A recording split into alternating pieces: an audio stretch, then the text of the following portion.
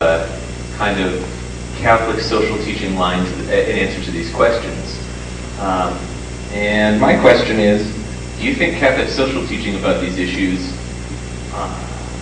yields specific answers, or could it arguably support the more right, left, kind of anywhere on the spectrum as far as, I mean, a lot of these questions, the morality and how much of it should be, you know, what is the law, or what different services are really essential.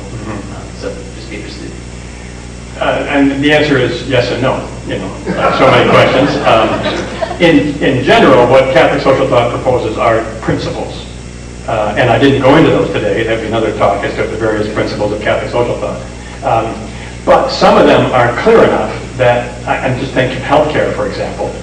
It is a long-standing teaching of the Catholic Church that everyone has a right to healthcare. That's denied by many people in the United States of America.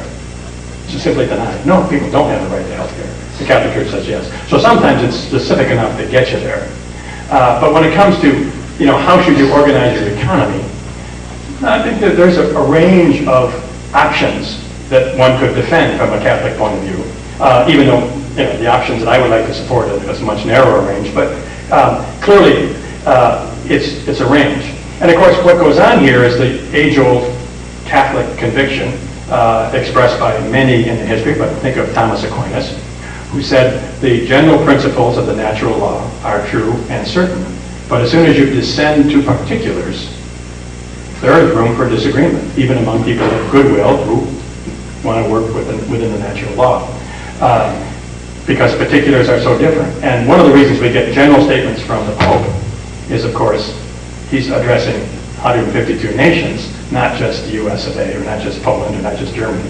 And so often we have to keep that in mind as well. So the yes is that at times it's pretty specific, but the no is at other times it's more general, that tells us how to think about the issue, rather than quite how to do it. You talked about market constraints as being individual optimizations, and that scale is this notion that we have to put a global constraint on the sum of activities at times, right?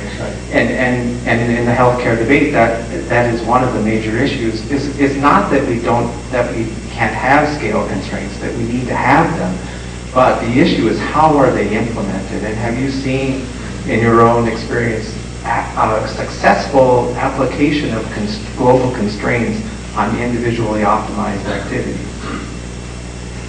Well, you know, there are a few examples that are helpful, that we've done pretty well. There was something called the Montreal Protocol that put an end to the use of certain kinds of chlorofluorocarbons in our spray cans because that gas harmed the ozone layer. And we got an international agreement along that line, and within a certain number of years that was all phased out. So there's an international success story. Now, we were lucky that there was a substitute chemical that worked pretty well and wasn't too much more expensive than the original one. And so people agreed we'll all live with that. But of course, there's lots of other examples where we haven't been able to get it, to get the World Trade Organization to take up environmental concerns and not just trade concerns and all the rest of that. So in terms of international, what the Pope said in his encyclical was there ought to be some international political authority able to deal with these issues. But again, he's not going to say exactly how that should be. It shouldn't be the UN that gives more power or a different organization, or it should be done by a much more willingness to enter into treaties than we have had in the past, because we all should know that we need to have this international coordination. So the general principle is it needs to be coordinated. How would be up to a prudential judgment. I had a question about the nature of economic relationships, and just kind of a point of clarification. What did you mean by the economic relationships, and how does that work? Well, what I was trying to focus at to say, you know, what does the economy have to solve? It's got to deal with the relationships of people within their economic activity. Now, as Christians, we care about relationships way beyond economic activity, right? With our spouse and children and friends and fellow parishioners and so forth. But I'm trying to narrow it down to something that the economy has to look at. It cannot afford, ought not ignore. How do people relate to each other in their workplace? really important for the efficiency of the firm, but also for happiness of individuals. So that's what I meant by it, was trying to not make the problem so large that economists would say, well, I can't start talking about what should happen in marriages and all relationships, but rather, let's talk about the ones that happen in an economic activity, where, and economists have admitted that trust is absolutely essential, and trust is something that markets don't generate too much of. There's a little bit of trust built up in an economic contract relationship, but a lot of the trust that markets need cannot be created by markets, and in fact, sometimes is undercut by markets. And so there is the danger that markets itself, as some people have argued over the last century, undercut their own moral foundations, and that economists haven't paid much attention to. Okay, this will be the last question.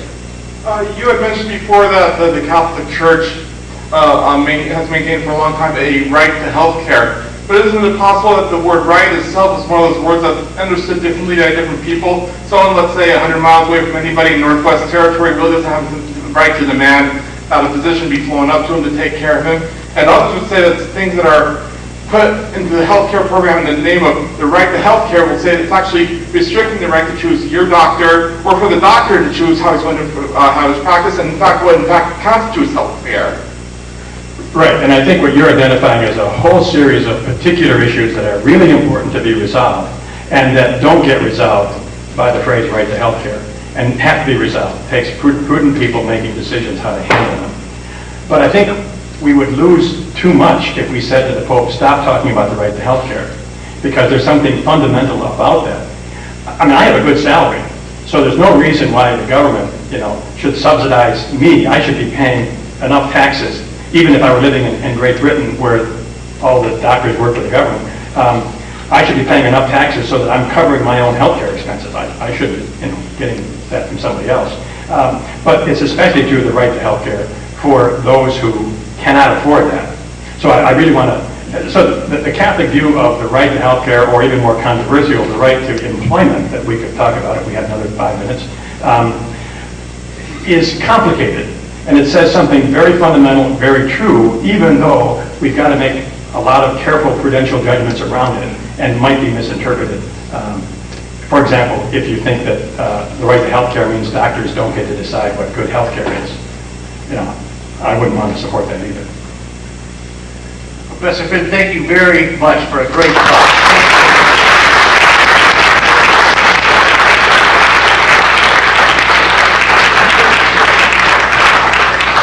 We'll be breaking for lunch now, so follow the crowd over to the cafeteria. If you don't have a lunch ticket, then you